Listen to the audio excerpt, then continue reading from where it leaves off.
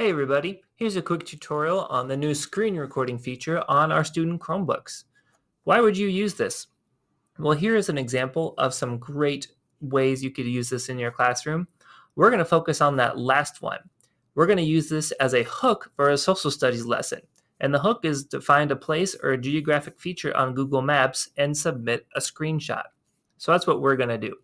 So here on Google Maps, I've found St. Therese, and we're going to take a screenshot of St. Therese. To pull up the screen recorder, have your students click on the time here and click on the screen recorder button. So now they've got the screen recorder tool up and ready to go, and there's some awesome choices.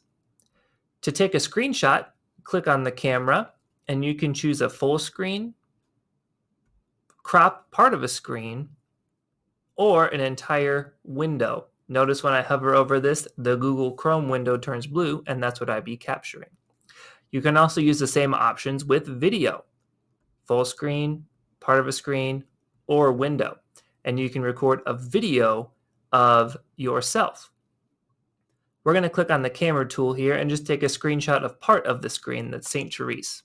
So I'm just going to drag this around and make this just a little bit smaller so we can see just St. Therese. And then I'm going to click capture. And it's done. So the cool part is it's automatically saved in your Google Drive.